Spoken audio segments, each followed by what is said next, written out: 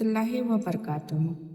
کیا آپ نے کبھی ایسا وقت دیکھا ہے جب جیب بالکل خالی ہو، گھر میں پریشانیاں بڑھتی جا رہی ہے، نوکری کی تلاش میں ہر جگہ سے جواب آ رہا ہو اور انسان سوچنے لگے اب میرے لیے کوئی راستہ نہیں بچا؟ لیکن کبھی کبھی جس دروازے کو ہم بند سمجھ لیتے ہیں، اللہ اسی کے پیچھے ہمارے لیے امید کا راستہ کھول دیتا ہے۔ آج کی کہانی ایک ایسی بہن کی ہے جس نے پریشانی میں لوگوں کے دروازے کھٹکھٹانے کے بجائے اللہ سے اپنے رشتے کو مضبوط کرنے کا فیصلہ کیا، اور اس کی زندگی میں کیا بدلاؤ آیا۔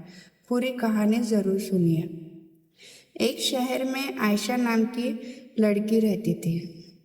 عائشہ بہت محنتی تھی، اس کے گھر میں ذمہ داریاں بھی تھی اور اپنے فیوچر کی فکر میں تھی۔ کئی مہینے سے وہ نوکری کی تلاش کر رہی تھی۔ ایک دن صبح اٹھنے اس نے اپنا فون دیکھا، پھر سے ایک میسج تھا، "sorry, your application has been rejected." Aisha نے فون نیچے رکھا اور کچھ دیر خاموش بیٹھی رہی۔ اس کی آنکھوں میں آنسو تھے۔ اس نے کہا، یا اللہ، میں کوشش کرتے کرتے تھک گئی ہوں، مجھے نہیں پتا کیا کروں۔ گھر میں خرچ بڑھ رہے تھے، کچھ پرانے قرض بھی تھے۔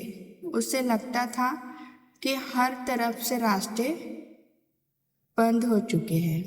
اس رات عائشہ نے اپنا فون بند کیا، وضو کیا اور نماز پڑھی۔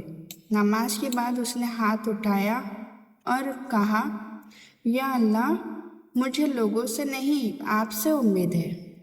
میری غلطیاں معاف کرنا، میرے لیے حلال روزی کے دروازے کھول دے۔ پھر اسے یاد آیا کہ قرآن میں حضرت نوح علیہ السلام نے اپنی قوم سے استغفار کرنے کی بات کہی تھی۔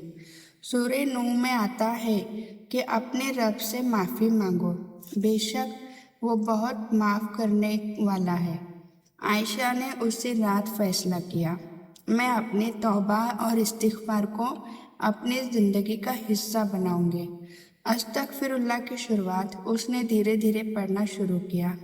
استغفر اللہ، استغفر اللہ، استغفر اللہ۔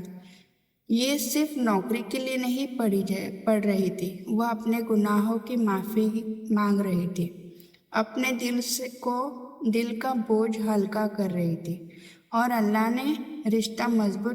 اللہ سے اپنا رشتہ مضبوط کرنے کی کوشش کر رہی تھی۔ اس نے اپنے لیے کوئی جادوئی دوا نہیں بنائی، بس ایک امید رکھی، میں کوشش بھی کروں گی اور اللہ پر بھروسہ بھی رکھوں گی۔ اگلی صبح عائشہ نے پھر نوکری کے لیے آویدن بھیجا۔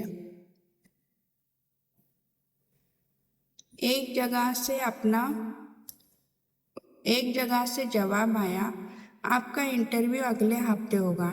عائشہ نے الحمدللہ کہا، لیکن اس نے یہ نہیں سوچا کہ صرف استغفر اللہ پڑھنے سے نوکری مل گئی۔ اس نے سمجھا، راستہ اللہ کھولتا ہے، لیکن بندے کو کوشش بھی کرنی ہوتی ہے۔ وہ انٹرویو کی تیاری کرنے لگے، اپنی غلطیاں سدھاری، اپنے ریزیوم ٹھیک کیا، نئی چیزیں سیکھی اور ساتھ ساتھ استغفر اللہ کرتی رہی۔ کچھ دنوں بعد اس کا انٹرویو ہوا۔ اس بار بھی اسے ترنت نوکری نہیں ملی، لیکن پہلے والی عائشہ اور اب والی عائشہ میں فرق تھا۔ پہلے وہ ایک ریجیکشن کے بعد ٹوٹ جاتی تھی، اب وہ کہتی تھی، اگر میرے لیے نہیں تھا تو اللہ میرے لیے اس سے بہتر رکھ سکتا ہے۔ یہی تو توکل ہے، کوشش کرنا، دعا کرنا اور پھر نتیجہ اللہ کے حوالے کر دینا۔ میرے پیارے بہنوں اور بھائیوں، استغفر اللہ کوئی ایسی جادو نہیں ہے کہ ہم ایک خاص